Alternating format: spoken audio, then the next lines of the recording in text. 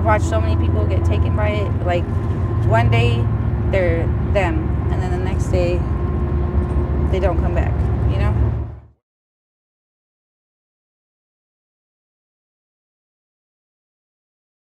All right, welcome back, everybody. We are back in beautiful Barstow. We're here with Julia. How you doing, Julia? I'm doing good. Before we begin, I wanted to mention a couple of things. First of all, thank you so much for watching our videos. And please, please don't forget to hit that like button and subscribe and share the video if you really enjoyed it. Thank you so much. All right, we're going to get back to Julia now. Julia, do you give us permission to use this video on our YouTube channel? Yes. All right, Julia, what are some nicknames for Barstow? I know for Victorville is Victimville, Hysteria. I just learned this today. All right, what's over Barstow? Barstool, besides Barstow. What is it? Narstow. What do they call it, Narstow? Like, because it's gnarly as f***. All right, how old are you, Julia? I just turned 27 on May 31st. All right, Julia, can you give us a snapshot of what's going on in your life right now? What are you struggling with and how you survive? I struggle the most with mental health issues, I guess, like depression, anxiety, and stuff. It keeps me from doing the things I need to do to be okay. And it kind of like ostracizes me because people around me think that I'm just lazy or don't care or not trying, but it's really something that I can't control, and I need help to get to the point to get under control to be able to do shit, you know what I mean? Yeah. So I feel like I'm in a little limbo. I'm just stuck. How do you survive? I know what I should do and all that, but it's, you know, I'm just in survival mode. Okay. How do you survive out here? How do you make money? The only ways I get money is sometimes I ask people, and sometimes I'll trade stuff, or, you know, like, because people, the homeless people around here, they really do just give you stuff, and they're really nice. That's where most of my clothes came from. Like, people always ask, where'd you get this? Where'd you get that? And I'm like, no f***ing clue, because I didn't buy any of it, you know? Yeah. All right, Julia, I want to know about your life story, all right? I want to know, first of all, where were you born? Barstow. You were born right here? Mm-hmm. Which hospital? Barstow Community Hospital. Oh, wow. You've been here all your life. 27 years, huh? 26 out of 27, yeah. Did you graduate high school? No. When I was a senior, I dropped out with like 20-something credits left. I didn't realize why I did it until years later. But now that I'm older and understand a lot more about mental health and stuff, I realized I was having panic attacks. But at the time, I just would randomly be overwhelmed and just feel like I couldn't sit there anymore, and I had to just get up and leave, or, you know, I was gonna freak the out, and I didn't know what the so I just listened to my instincts and would leave when that happened, and then I ended up just getting dropped. What were your dreams as a child? What did you want to become? It switched around, but like for a while I wanted to be a kindergarten teacher, because I've always loved babies and kids, you know, because you don't have to question their love or joy or anything, because they don't hide their emotions like older people do. Even like if it's not bad intentions, it just kind of sucks when people aren't upfront. So I love them. And then I got a little bit older and realized that teachers don't get a lot of money, so that's not practical for me anyways. But the one thing I wanted to do, it wasn't a career, but I really just wanted to be a mom. I wanted to be a mom and have a husband or wife or whatever, and just have a family to take care of and love. You said husband or wife? Yeah. So are you bisexual? I'm not really hip with all the terms, but I'm more of a connection kind of person. Like, I don't really care what body you have. So do you have any children? I have 5. You have 5 children. How many fathers? The first 4 are from the same father, and then the last one is a different one. Okay, are they in the system? Or are you raising them or family raising them? They're in the system. Okay. last year in February, they got taken because me and their father, or the other four's father, had domestic violence problems, and they just got taken. And after that, I kind of just spiraled. Yeah. Because it's unnatural for kids to be taken from their mother. You know, like that's literally all I did since my kids were born was like take care of them. Were you raised by mom and dad? Yeah. Both parents in the home? Yeah. Awesome. What kind of parents were they? I don't know. It changes, you know, because with the generational shit, like what's acceptable changes, and like people learn what's abusive and not, and you know, all that shit. So they f***ed us up pretty bad. Us, as in me and my siblings. But yeah. Were you abused at all? Verbal and like emotionally, yeah. Okay. Well, like there's minor physical abuse, but it was just like on occasion. It depends on your opinion on that, because like we used to get our ass whooped. What ethnicity are you? Spankings aren't like, huh? What ethnicity are you? Sorry about that. According to Ancestry, I'm 100% Caucasian. All right. I got 26% Irish. Okay. That's the only one I have any pride in. What kind of guys do you like to date? I don't have a type. I don't care about skin color or shape or none of that. Like, what I pay attention to is how you interact with other people. Like, are you considering their feelings? Are you willing to sit there and give something up to take care of them? Like, you know, like, I don't know. I don't want someone that's an asshole. You're very empathetic. Yes, the reason I asked that question is because we had a long discussion earlier, and I asked you, where would you like to eat? You can pick anything you want. And you're like, well, I just don't want to spend that much money. I don't want you to have to spend that much money. That's one of your great qualities. Any other great qualities that you have? That's like the worst thing you could ask me is to talk good about myself. I don't know. Yeah. I can love everyone. Yeah. Okay. I can do with any animal. Okay, it startled me. I can do with any animal or bug. What's your favorite animal? I don't have a favorite. No? You kill roaches? I really don't. No. Do you kill any animals? Okay. I step on ants. But anything else, no. Intentionally or accidentally? Both. Okay. Honestly. Yeah. That's all right. I don't know. They're probably going to bite you. No, I'm just kidding. They're probably going to bite you, huh? Well, it's not that. It's just like, I guess it's my ignorance. It's just like, okay, I can't hear, see, or feel it, so it doesn't apply to me type shit. So it's me taking part in the human Yeah. So what drugs are you currently using? Meth. Okay. And alcohol. When did you first start? Marijuana. And sometimes, well, I just recently decided not to do Sherm anymore because I tried it for the first time maybe a month ago and it was pretty dope. But recently I did it and I had a really bad trip and I felt like I was going to be one of the people that doesn't come back from it. I really thought I wasn't going to come back and I didn't know what the fuck and it scared me. So I was just like, nope. And I've watched so many people get taken by it. Like one day they're them and then the next day they don't come back, you know? When's the first time you dabble into drugs? What's your definition of drugs? Because they consider alcohol a drug. Okay, when's the first time you started using substances, any kind? Okay, 14. 14. Yeah, because I was homeschooled up until high school, and I didn't know much about anything really. My mom just said, "Do this, don't do that." You know what I mean? So I didn't know what the fuck the consequences of anything was, or like how serious it was, because you know if she didn't want me to do something, like I don't know. You gotta explain to your kids for them. Sorry. What kind of discipline was at home with your parents? My mom's a pushover, and my dad was verbally abusive.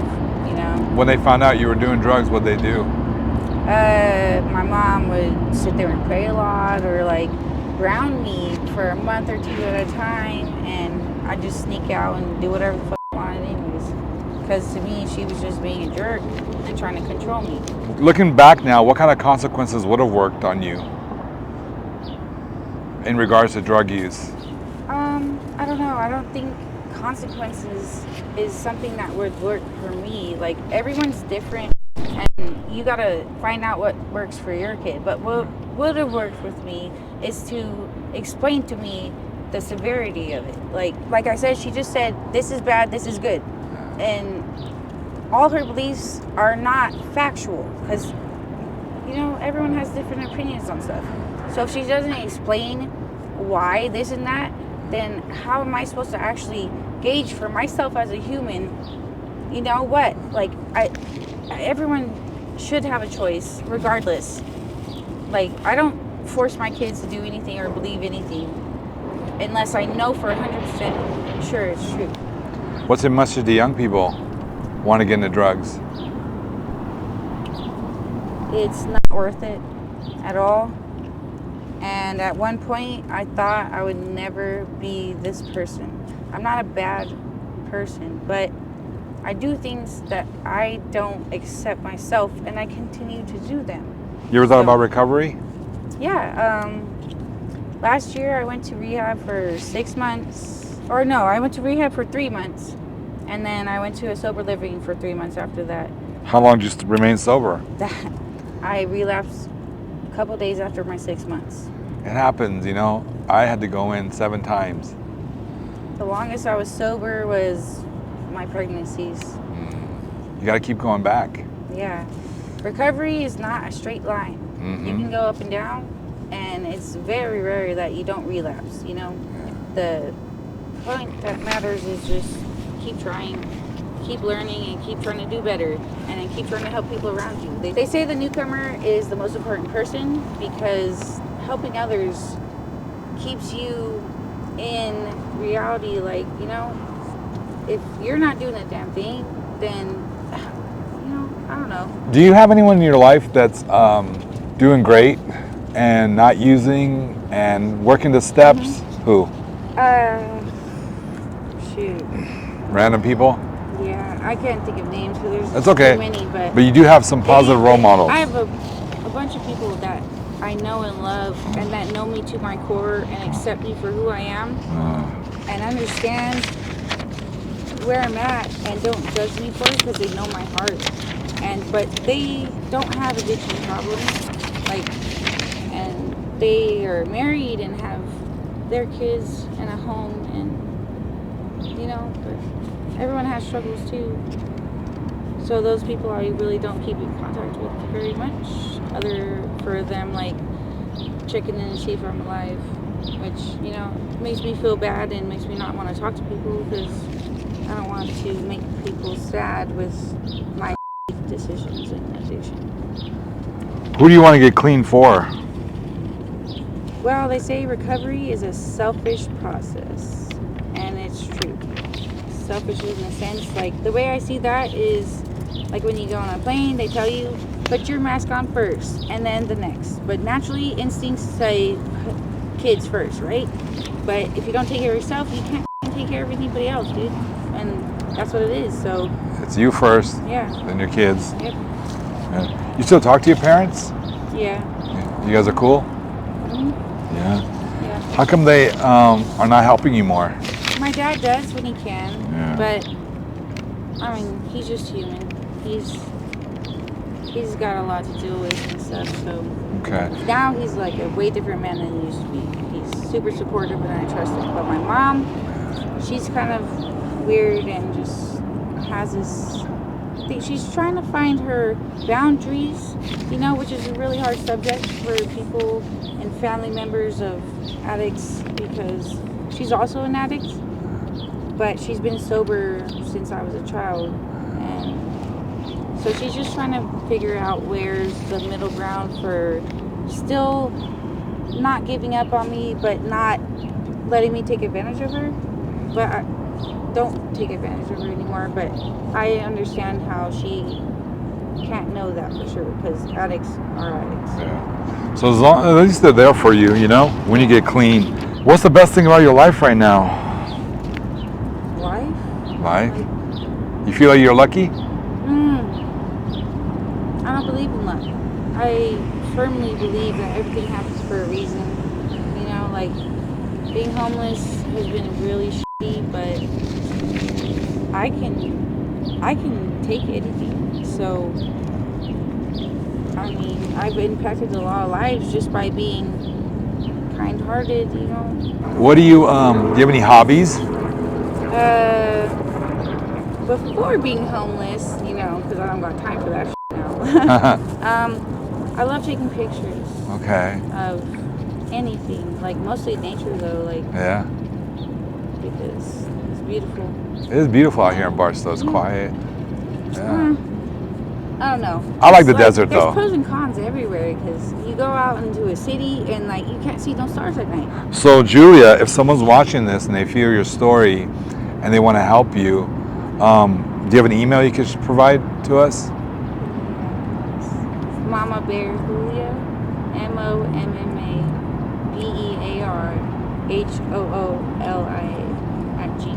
Check your email later, okay? After we post this video. Do you meditate or do you play music or write music or anything like that? Oh, okay. See, labels, I don't know about all that, but I do write stuff. Yeah. I can't say there's a rhythm to it. I can't call it a poem or whatever, but I do write stuff and it's meaningful and good. And I also love music. Like without music, I would be dead. I would have killed myself, honestly. Like when nobody was there for me, that's what I had. What's your theme song? What gets me by now. What's your theme song? I don't have much. I don't choose favorites. You don't choose favorites? For nothing. No favorite movie. Yeah. Food. Why is that? I want to understand why you don't choose favorites. I don't know. I don't feel like everything needs a definitive answer. Mm-hmm. Like, I'm allowed to fucking like all that shit equally if I want. You know what I mean? Like, I don't want to choose favorites. That's fair. And also like your emotions and what you need or what's best for you at the time changes. Like, so maybe this song's my favorite right now, or you know what I mean? My color will change, or what kind of music? Changes. What kind of music were you listening to when you're growing up? Shit. What they would call emo.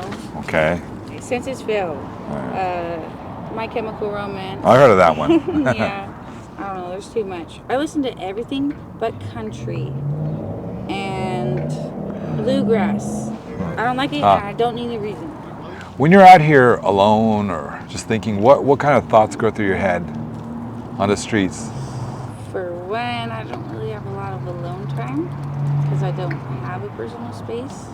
When I am alone, I decide to try to do something that makes me happy, you know, because a lot of people don't understand that simple stuff. Like, I don't know, for some chicks and stuff, they get their nails done or whatever, you know, like I don't do that, but for someone that might literally change their whole month to have their nails done. And because for people like that, like every time they hand someone a card or money or anything, they're thinking about how their nails look and what they're thinking about it, you know, because I have anxiety and everything I do, I think about what the people around me are thinking of me, and I don't want it. Do you meditate at all? I don't, but I do yoga. You do yoga? Stuff, you know? Do you believe in a higher power? Yes, because the definition of a higher power is just any being above us, and I know we're not at the top of the ladder. That's just. How about some fun questions? Early or late person?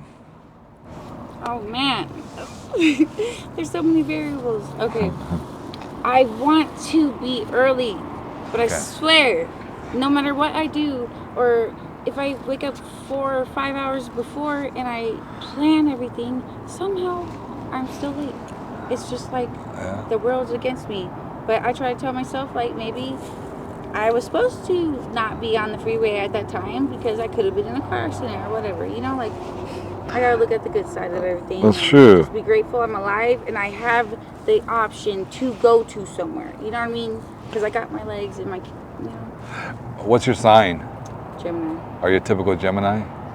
I don't think so, because every time I tell someone I'm a Gemini, or like anyone talks about Geminis, they have this weird feeling about them, like they're supposed to be bad people or something. But I don't know. I don't think those define us.